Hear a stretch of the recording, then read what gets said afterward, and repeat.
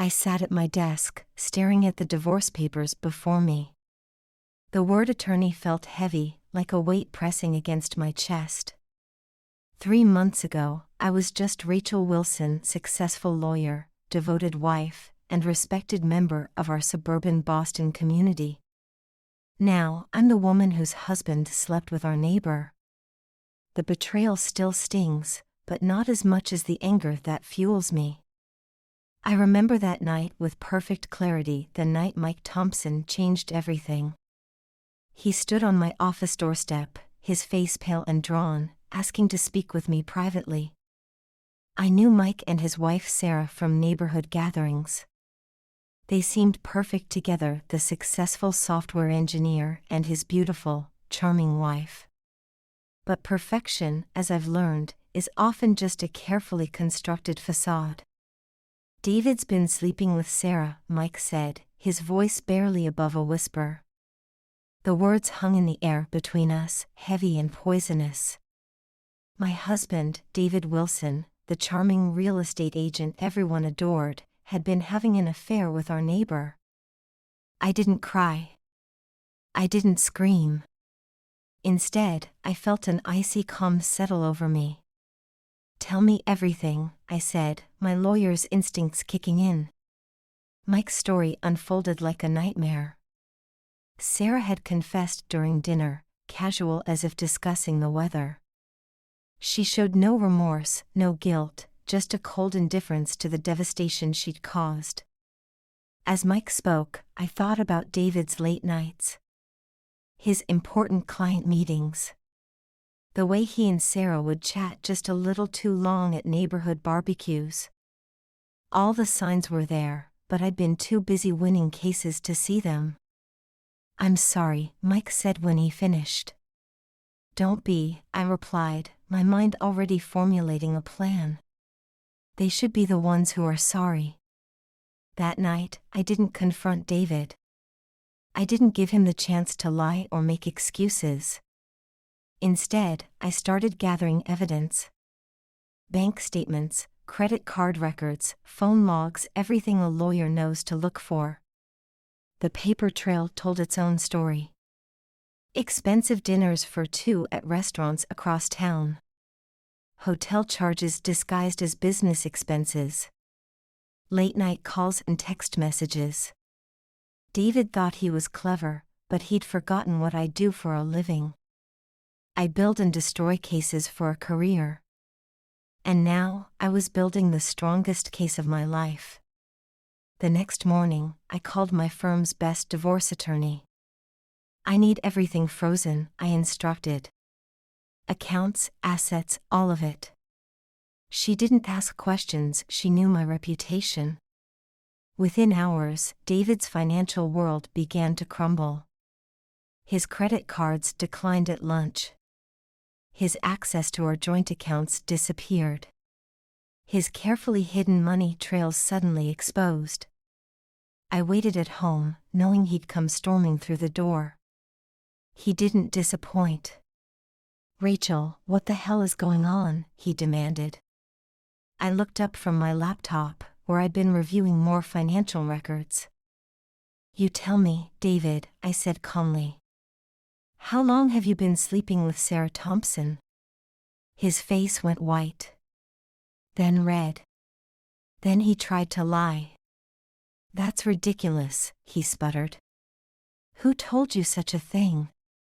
I smiled, the kind of smile I reserve for opposing counsel when I have them cornered. "Don't insult my intelligence," I said. "I have everything, the hotel receipts, the dinner dates, the phone records." "It's not what you think," he started. I cut him off. "It's exactly what I think. You've been sleeping with our neighbor, lying to my face, and using our money to fund your affair." His shoulders slumped, the fight draining out of him. "Rachel, please," he begged. "We can work this out." "No," I said firmly. "We can't." I slid a document across the table. "These are divorce papers. You have one chance to make this easy on yourself." His hands shook as he picked up the papers. "You're really doing this?" "You did this," I corrected him. "I'm just handling the fallout." That night, I moved into a hotel. Not because I couldn't stand to be in the same house as David, but because I needed space to think, to plan. The next phase would require precision. David had built his real estate empire on reputation and connections, both of which were about to disappear. I started with his business partners. A few carefully worded emails, some well-placed phone calls.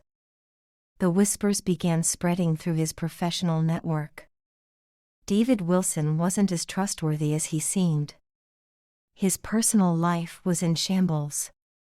His finances were frozen. Nobody wants to do business with a man they can't trust. Within days, deals started falling through. Clients began pulling out. His phone stopped ringing. Meanwhile, Sarah Thompson was dealing with her own problems. Mike had changed the locks on their house, frozen their accounts, left her scrambling to explain herself to their friends. But Sarah, like David, underestimated the consequences of their actions. They thought they could contain the damage. They were wrong. I made sure of that. The neighborhood gossip mill worked in my favor. Everyone loves a scandal, especially in suburban Boston. I didn't have to say much. Just enough to let people draw their own conclusions. David and Sarah's affair became the talk of the community. Their reputations crumbled one whispered conversation at a time. Through it all, Mike Thompson and I formed an unlikely alliance. We met regularly to discuss strategies, share information. He understood my need for justice. I understood his pain. We were both betrayed by the people we trusted most. One evening, over coffee at a local cafe, Mike asked me why I wasn't more emotional. "Everyone expects me to fall apart," I said. "To cry and scream and throw things. But that's not who I am. I'm a lawyer. I deal in facts, evidence, and consequences." He nodded, understanding in his eyes. "Besides," I added, "revenge is best served cold." The weeks turned into months. David's real estate empire continued to crumble. His partner asked him to leave the firm. His clients disappeared. His reputation, once golden, was now toxic. Sarah wasn't faring much better. She'd moved in with her sister, her social circle shrinking by the day. Her attempts to paint herself as the victim fell flat. Nobody believed her anymore. I watched it all from a distance, feeling a grim satisfaction. This wasn't just about revenge. It was about justice. About consequences. About making them understand the true cost of their actions. Mike and I continued to meet regularly. Our conversations evolved beyond our shared trauma. We talked about work, life, dreams we'd put on hold. He made me laugh for the first time since the betrayal. I helped him see his own strength. We were healing, slowly but surely. One night, as we walked through the park near my hotel, Mike turned to me. "Thank you," he said quietly. "For what?" "For showing me how to fight back. For not letting them win." I smiled, feeling something warm stir in my chest. "We're not done yet," I replied. "There's still more justice to be served." He nodded, understanding the steel in my voice. We had both changed since that night he showed up at my office. Grown stronger. More determined. Less willing to accept betrayal as our fate. The sun was setting as we walked back, casting long shadows across the park. Tomorrow would bring new challenges. New battles to fight. But for now, we had this moment. This quiet understanding between two people who refused to be victims, who chose to fight back instead. And as I watched the sky turn from gold to purple, I knew this was just the beginning of our revenge, of our healing, of whatever might come next. Because sometimes, the best revenge isn't just about destroying what was. It's about building something new, something stronger, from the ashes of betrayal. And I was just getting started. The divorce proceedings moved forward with brutal efficiency. My legal expertise ensured David had no room to maneuver, no loopholes to exploit, no assets to hide. Each day brought new developments in our carefully orchestrated plan. I received a text from Mike one morning. "Sarah's trying to get back into the house," he wrote. "She's claiming emotional abuse." I felt my jaw tighten. Classic manipulation tactics. "Don't engage," I advised him. "Let her dig her own grave." And dig she did. Sarah's attempts to paint herself as a victim backfired spectacularly. Our neighbors remembered her brazen confession, her casual dismissal of Mike's pain, her complete lack of remorse. Nobody believed her claims of abuse. Not even her own family. Meanwhile, David was spiraling. I heard through mutual friends that he'd started drinking heavily, his appearance becoming as disheveled as his life. The polished real estate agent was gone, replaced by a man drowning in consequences. He tried calling me multiple times, leaving desperate voicemails, begging for another chance, promising to change. I saved every message, not out of sentiment, but as evidence of his deteriorating state. One evening, he showed up at my hotel, drunk and barely standing. "Rachel, please," he slurred. "I made a mistake. I miss you." I watched him through the lobby security camera, feeling nothing but cold contempt. "Should I call security?" the desk clerk asked. I nodded. "And record everything." Documentation was crucial. Every outburst, every violation, added another nail to the coffin of his reputation. Mike and I met for dinner that night. Our regular meetings had become a source of strength, a reminder that we weren't alone in this fight. David showed up at my hotel, I told him. Mike's expression darkened. "Are you okay?" "I'm fine," I assured him. "He's just desperate." "Sarah's the same way," Mike said. "She keeps sending emails, trying to explain herself." "They never thought we'd fight back like this," I mused. "They thought we'd just accept their betrayal, move on quietly." Mike reached across the table, his hand covering mine. The touch was unexpected, but not unwelcome. "We proved them wrong," he said softly. I looked at our joined hands, feeling something shift between us. Something new and fragile. But before I could explore that feeling, my phone buzzed with news that would change everything. My private investigator had made a discovery. David and Sarah's affair wasn't their only secret. There were financial irregularities, large sums of money moving between accounts, properties bought and sold under suspicious circumstances. They've been working together, I realized. Using insider information, manipulating real estate deals. Mike's eyes widened. "That's illegal." "Very," I confirmed. "And exactly what we need." The next day, I contacted the state's real estate commission. submitted evidence of David's ethical violations. His license was suspended pending investigation. Sarah's involvement complicated her divorce proceedings, making her claims of innocence even less credible. Their carefully constructed world was collapsing, one revelation at a time. But something else was happening too. Something unexpected. Mike and I were spending more time together. Not just planning our revenge, but talking about other things.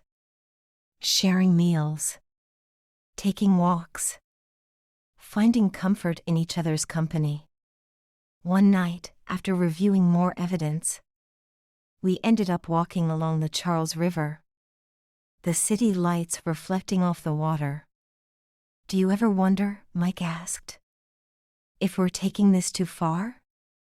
I stopped walking, turned to face him. "They didn't just betray us, Mike. They betrayed everything we believed in. Our trust. Our love. Our future. They deserve everything coming to them." He nodded, understanding in his eyes. "Besides," I added softly, "something good came out of all this." "What's that?" he asked. I gestured between us. "This. Us. Finding someone who understands." He stepped closer, the space between us charged with possibility. "Rachel," he whispered. Before he could say more, before either of us could move, my phone rang.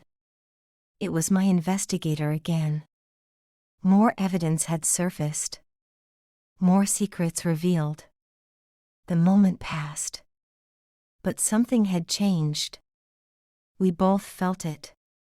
The next few weeks were a blur of activity. The investigation into David and Sarah's dealings expanded.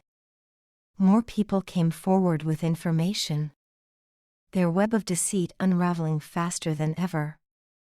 Through it all, Mike remained my constant, my partner in this dance of justice. My reminder that not everything born of betrayal is bitter. Sometimes, from the deepest wounds, new beginnings emerge, like flowers breaking through concrete. Unexpected, but beautiful nonetheless. And as I watched David's world continue to crumble, as Sarah's lies caught up with her, I realized something important. This wasn't just about revenge anymore. It was about reclaiming our power, our dignity, our right to choose how our stories would end. And maybe, just maybe, it was about finding something we never expected. In the midst of all this chaos, a connection, a understanding, a possibility that made all the pain worth it. The night was growing cold, but I didn't feel it. Not with Mike standing beside me. Not with justice finally being served. Not with the future stretching out before us, full of possibilities we never imagined. When we started this journey of revenge and redemption, of endings and beginnings, of hearts broken and slowly, ever so slowly, beginning to heal, the investigation into David and Sarah's real estate dealings became public knowledge. Local news picked up the story. Their faces splashed across headlines. Suburban real estate scandal rocks Boston community. I watched from my office as their world imploded completely. The state's attorney's office got involved. Criminal charges were being considered. David's real estate license was permanently revoked. Sarah's reputation in the community was beyond salvage. But something else was happening too. Something I hadn't planned for. My feelings for Mike were growing stronger. We'd been careful, professional, focused on our shared mission of justice. But there were moments. Small touches. Lingering looks. Conversations that stretched late into the night. One evening, he invited me to dinner. Not our usual strategy sessions, but a real dinner. At an intimate restaurant downtown. I hesitated before accepting. We were both still technically married. Still dealing with our divorces. Still healing. But I said yes anyway. The restaurant was quiet. Candlelit. Nothing like the places I used to go with David. Mike looked different too. More confident. Less broken. You look beautiful, he said softly. I felt my cheeks warm. Thank you. We talked about everything except our exes. Our childhoods. Our dreams. The things we'd given up for our marriages. I always wanted to write, I confessed. Before law school. Why didn't you? David said it wasn't practical. Mike's eyes softened. You should write now. Maybe I will. The evening felt like a beginning. A gentle unfurling of possibility. Until my phone buzzed with an urgent message. David had been arrested. Charged with fraud and ethical violations. Sarah was named as a co-conspirator. Mike reached across the table. Taking my hand. Are you okay? I nodded, squeezing his fingers. Better than okay. It was true. Justice was finally being served. But more than that. I was finding myself again. Discovering who Rachel Wilson really was. Beyond the betrayed wife. Beyond the vengeful lawyer. The next few weeks brought more changes. My divorce was finalized. David faced criminal charges. Sarah's life continued to unravel. But I barely noticed. I was too busy living. Writing in the evenings. Having dinner with Mike. Learning to trust again. One night, walking along the harbor. Mike stopped suddenly. Turned to face me. Rachel, he said. I know it's complicated.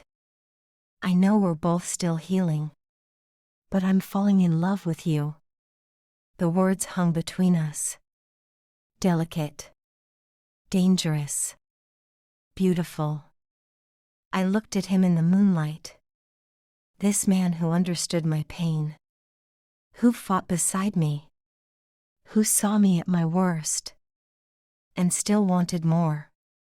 I'm falling in love with you too, I whispered. He pulled me close. Our first kiss tasted like redemption. Like hope. Like new beginnings. The headlines continued. David pleaded guilty to multiple charges. Sarah faced her own legal troubles. Their perfect suburban life. Nothing but ashes now. But I didn't care anymore. I was too busy building something new. Something real. With Mike. We took things slowly. Both aware of our past wounds. Both determined not to repeat old mistakes. We bought a house together. In a different neighborhood. Away from the memories. I started writing my novel. A story of betrayal and redemption. Of justice and healing. Of love found in unexpected places. Mike supported every word. Every dream. Every step forward. 1 year after that fateful dinner.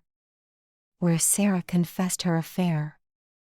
Mike and I stood in our backyard. Surrounded by friends who stood by us. Family who supported us. And exchanged vows. Not of blind trust. But of conscious choice. Of eyes wide open love. David watched from his prison cell. Sarah from her sister's spare room. As we built the life they tried to destroy into something stronger, more beautiful than either of us imagined possible. Sometimes justice comes quietly, in the steady rebuild of broken hearts. Sometimes revenge is living well, finding joy in unexpected places. And sometimes, the greatest victory is not in destroying your enemies, but in discovering who you really are. Beyond the pain, beyond the betrayal, beyond the darkness, into the light of new beginnings. Mike squeezed my hand as we watched the sunset from our porch. Happy? He asked. I smiled, thinking of how far we'd come. More than happy, I replied. I'm free. And I was. Free from the past. Free to love again. Free to be myself. The story of betrayal had ended. But our story, our real story, was just beginning. End.